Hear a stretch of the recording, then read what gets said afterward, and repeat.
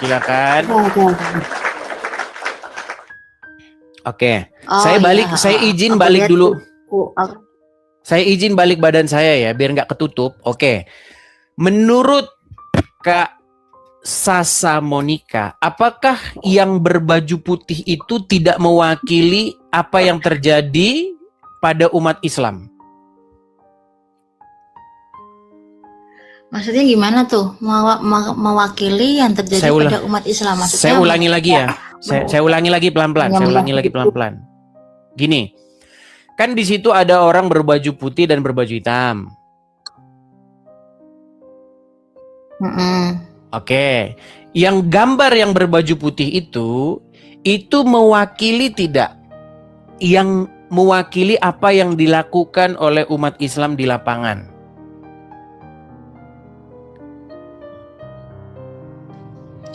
Maksudnya mewakili yang gimana? Oke, baik. Nampaknya agak sedikit kendala kita, komunikasi kita. Ya memang di sini kita harus berbahasa itu agak sedikit sulit. Saya kasih gambar saja ya. Oke, saya wakili saja. Saya wakili saja ya. Nih, saya kasih saja gambar ya, supaya kita bisa melihat kenyataan yang terjadi ya. Oke.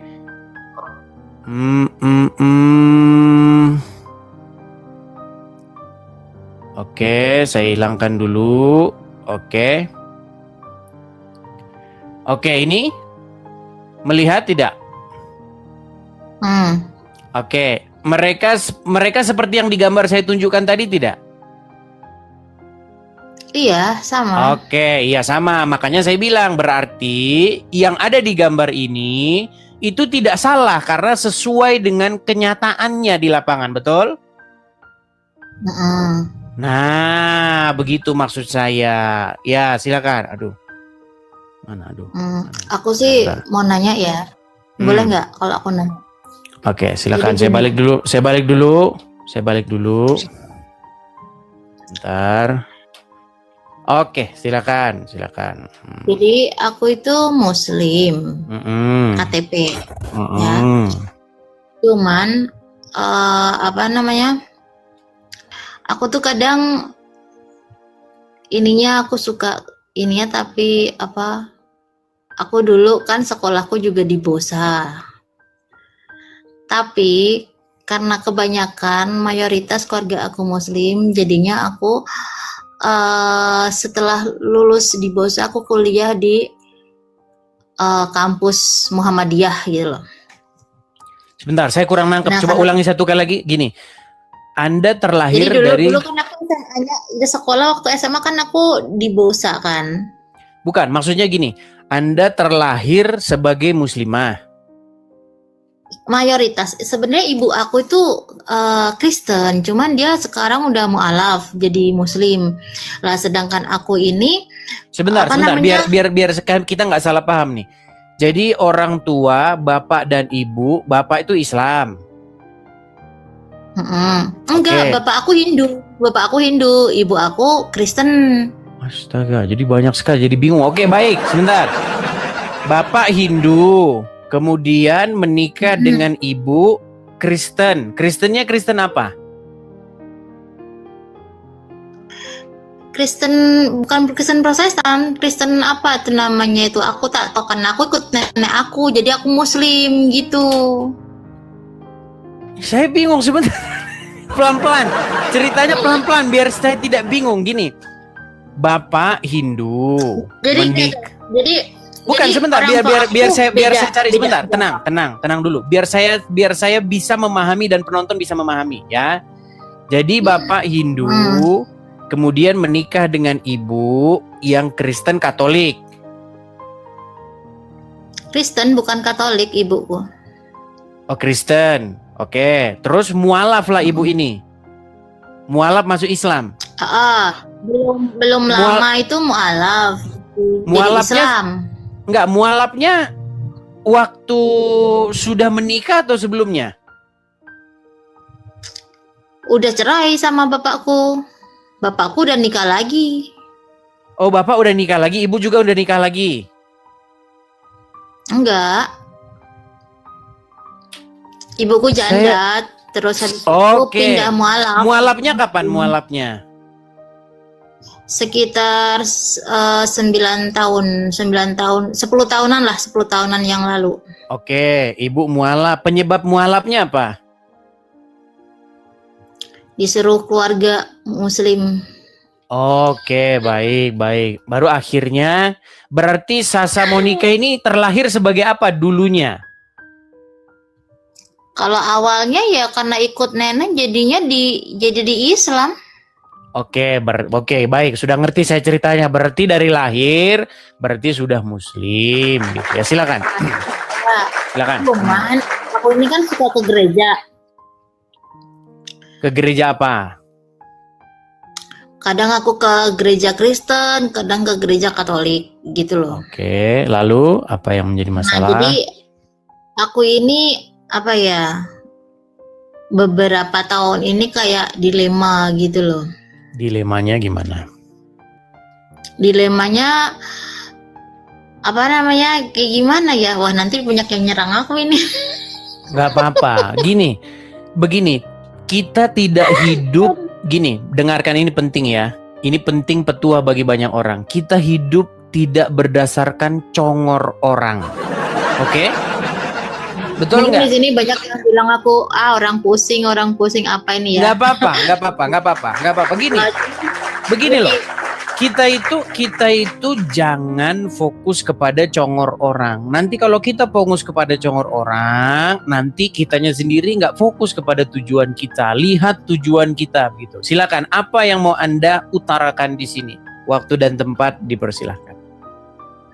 Jadi aku beberapa kali aku baca-baca ya. Terus Oh, tes dulu katanya. Iya, tes. Benar, tes. Oke, kalau memang seorang muslimah pasti sholat ya. iya, kadang. Oke, coba. Saya pengen dengar sedikit aja ucapan-ucapan ketika sholat itu untuk membuktikan bahwa emang benar-benar muslimah. Silakan. Jadi gini, aku ini kalau sholat itu kan ada ininya ya, apa baca at-tahiyat gitu ya. Coba dibaca. Nah, dulu waktu pas aku di Muhammadiyah aku apal karena sekolah disuruh ngapalin kan ujian itu. Nah, tapi sekarang ini aku sering lupa. Aku kalau baca sholat itu yang ingat apa yang ingat? at-tahiyat itu aku enggak gini. Jadi at-tahiyatku itu muter-muter. Coba gimana caranya? Coba. Ya, at-tahiyatul lillah wassalawatu wa thayyibah assalamualaikum atau assalamualaikum, lupa itu aku. Oke, udah sah. Ini muslimah betulan. Iya, muslimah betulan. Oke. Silakan. Ya, itulah ya. Silakan.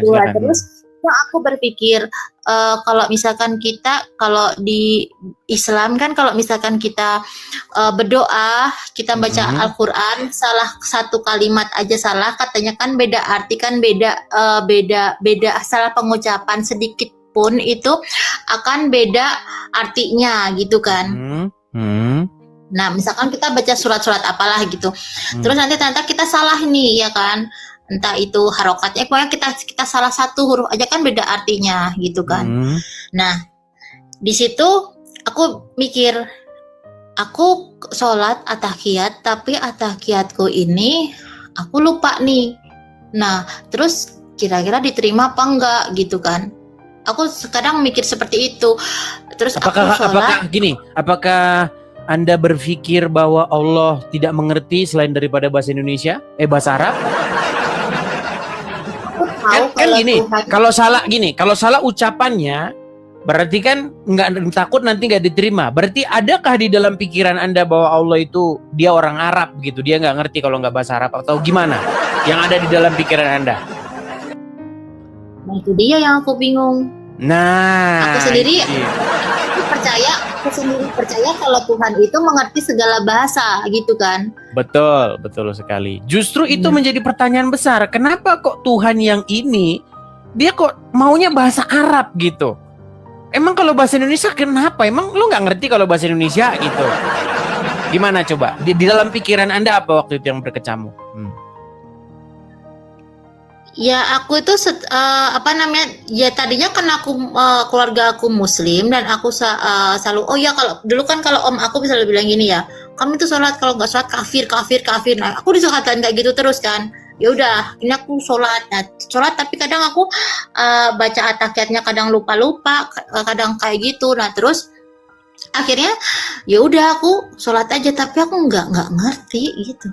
Betul. Artinya Anda sudah sadar Dan sekarang bahwa aku, dan aku sekarang ini aku nggak dipengaruhi sama siapapun, enggak ya. Bahkan kalaupun aku punya pasangan tuh mayoritas pasangan aku muslim gitu loh, dan mungkin muslim-muslim yang mungkin mereka lebih ke fanatik gitu kan. Cuman aku apa ya, beberapa bulan inilah ya, hampir 1 tahunan ini aku sering buka-buka kayak ya kayak lihat edis, terus aku sering lihat-lihat inilah, kadang kok aku ngeliat kok enak didengar, cuman aku di sini aku juga bingung sebenarnya Yesus itu siapa gitu loh. Baik. Okay. Pertanyaan bagus. Jadi gini, aku mau tanya gini. Tuhan itu kan tidak beranak, tidak diperanakan gitu kan. Bahkan orang Nasrani, orang Kristen lah ya. Orang Kristen itu kan juga tahu, oh iya, bahwa Bapa itu dia tidak berbentuk tuh, ya kan? Dia tidak berbentuk. Dia seperti zat lah, kalau orang Muslim bilang seperti zat gitu ya. Tidak ada wujudnya, cuman kan dia roh, ini kan firman ke Yesus gitu kan. Benar nggak sih? Ya begini ya, sebenarnya tidak terlalu tepat kan juga. Terus kan katanya ada gini. Terus kan ada gini yang bilang apa namanya?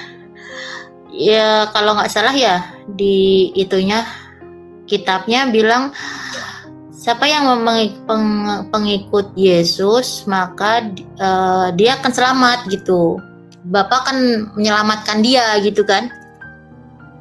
Iya, itu yang diinginkan oleh Bapa di surga yang mengutus Yesus. Tuhan Yesus itu ya, Tuhan Yesus itu adalah perantara Tuhan. Betul. gitu. Iya. Nah, terus pertanyaan saya, kenapa kalau kita berdoa, kenapa harus melewati Yesus? Kenapa nggak langsung ke Tuhan aja gitu loh? Kenapa harus lewat perantara? Kenapa nggak langsung aja ke Tuhan? Ya ke Tuhan langsung nggak apa-apa, nggak masalah. Cuman kan kita menyandarkannya, membawanya dalam nama Yesus. Karena kita itu tidak layak begitu. Sebagai contoh nih. Apakah Anda bisa langsung begitu ketemu dengan presiden? Begitu. Pasti ada sesuatu yang melayakkan Anda untuk bertemu dengan presiden. Begitu. Apalagi kepada Bapa di surga. Begitu. Karena kita ini kotor, kita ini berdosa, kita itu nggak pantas begitu ada di hadirat Dia begitu. Makanya kita perlu yang namanya juru selamat atau yang membawa kita kepada Dia begitu, karena kita kotor. Saya kasih contoh misalnya begini, Anda merasa nggak bahwa diri Anda berdosa? Kalau saya ditanya, saya merasa diri saya berdosa. Diri Anda merasa berdosa nggak? Nah, kira-kira gimana? Apakah kita pantas begitu? Tapi bukannya Tuhan itu Maha Pengasih? Iya, Maha Penyayang, Maha Pemaaf. Apa yang membuat Dia memaafkan, apa yang membuat Dia mengasihi kita? Karena kita melakukan yang namanya pertobatan, karena kita melakukan penyesalan dan lain sebagainya. Nah, bagaimana kita bisa melakukan itu tanpa mengenal Yesus? Dari mana kita bisa tahu pengajaran yang benar tanpa Yesus? Begitu.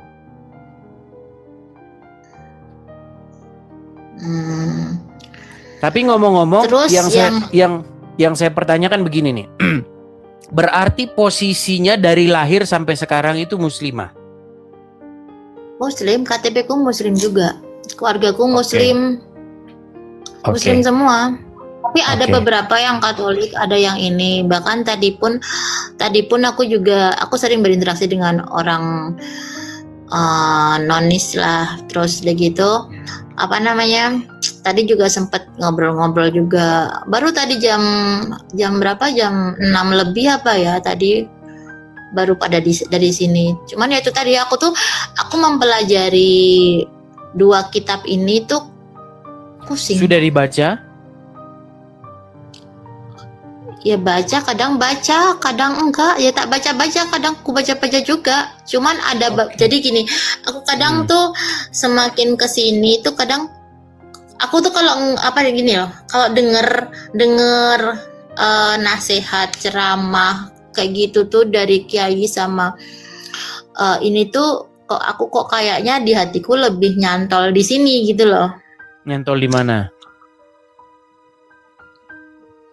Ini Di sini mana maksudnya? Kristen. Oh, di Kristen. Berarti udah ada niat-niatan mau jadi pengikut Yesus? Sudah ada niat-niatan mau menjadi pengikut Yesus? Aku baru mencari-cari tahu, aku baru mendalamin. Cuman kalau untuk masuknya aku mungkin belum Masih mau takut belajar. ya. Masih mau belajar ya. Dan masih Oke. takut ya Oke. karena keluarga besarku. Baik. Berarti lebih nyaman seperti ini dilihat oleh 7.800 orang atau mau private saja? Itu aku belum Oke. tahu itu. Baik, kalau seperti itu nanti ini kan banyak yang Kristen yang nonton. Nanti mungkin ada yang DM. Kira-kira keberatan nggak kalau menyebutkan daerah tempat tinggalnya? Di Jogja saya sering Oke. ke ini juga, sering ke Baik. gereja juga. Baik, mungkin nanti ada teman-teman yang inbox yang ngasih Cuman tahu. kan aku kan cuman kadang diginin. Murtad gitu. Digituin kan aku banyak. Iya, Digituin. Murtad. Ya banyak yang kayak gitu. Sedangkan aku ini belum mendalami kitab itu aku belum bisa. Jadi ketika aku diserang atau mungkin umat sesama aku yang sama-sama muslim ngomong gini-gini, aku nggak bisa jawab, paham kan?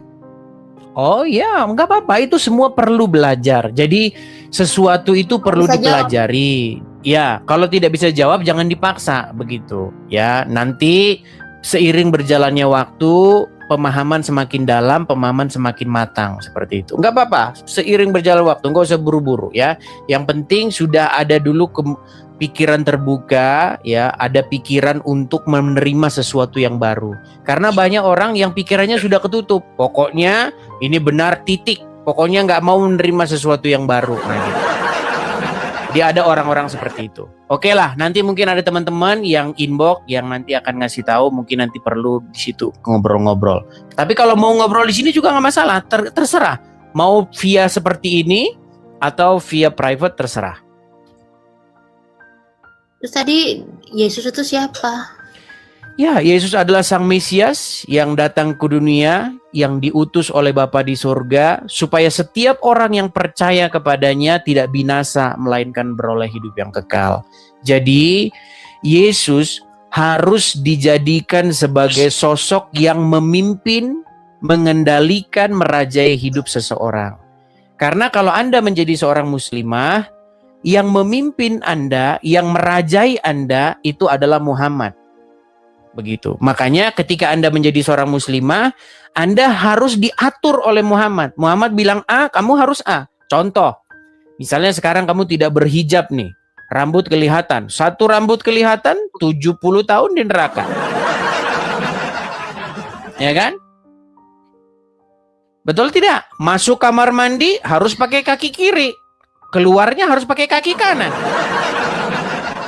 Nah, itu ketika Anda dirajai atau dikuasai oleh Muhammad. Muhammad yang menyuruh Anda. Nah, nanti kalau Anda punya duit, Anda akan berangkat ke sini. Seperti orang ini melakukan seperti ini.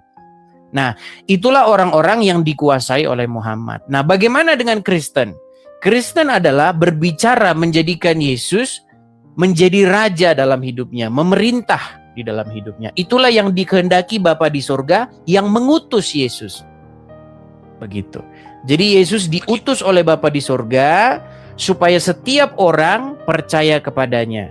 Seperti yang dikatakan dalam Alkitab, karena begitu besar kasih Allah akan dunia ini, sehingga ia mengaruniakan anaknya yang tunggal, supaya setiap orang yang percaya kepadanya tidak binasa, melainkan beroleh hidup yang kekal. Jadi kalau mengikut Yesus, artinya kita mengikut yang hidup. Ya, karena di dalam kekristenan, Yesus itu hidup. Tetapi jikalau Anda mengikut Muhammad, ya saya tanya kepada Anda, benarkah Anda mengikuti orang mati? Coba saya tanya, Muhammad ada di kuburan atau tidak? Dikubur. Ya iya, berarti kalau Anda menjadi Islam, Anda mengikuti orang mati yang ada dalam kubur. Anda menyerahkan hidup Anda untuk dipimpin oleh orang mati dalam kubur. Tetapi kalau Anda menjadi Kristen, Anda menyerahkan hidup Anda dipimpin oleh Dia yang hidup. Begitu, yaitu Tuhan Yesus. Oke, mungkin di sini dulu ya, karena kita masih kasih kesempatan kepada yang lain-lain, oke? Oke, Oke. thank you. Terima kasih Sasa Monica. Saya turunkan ya. Selamat malam. Oke. Ya. Oke.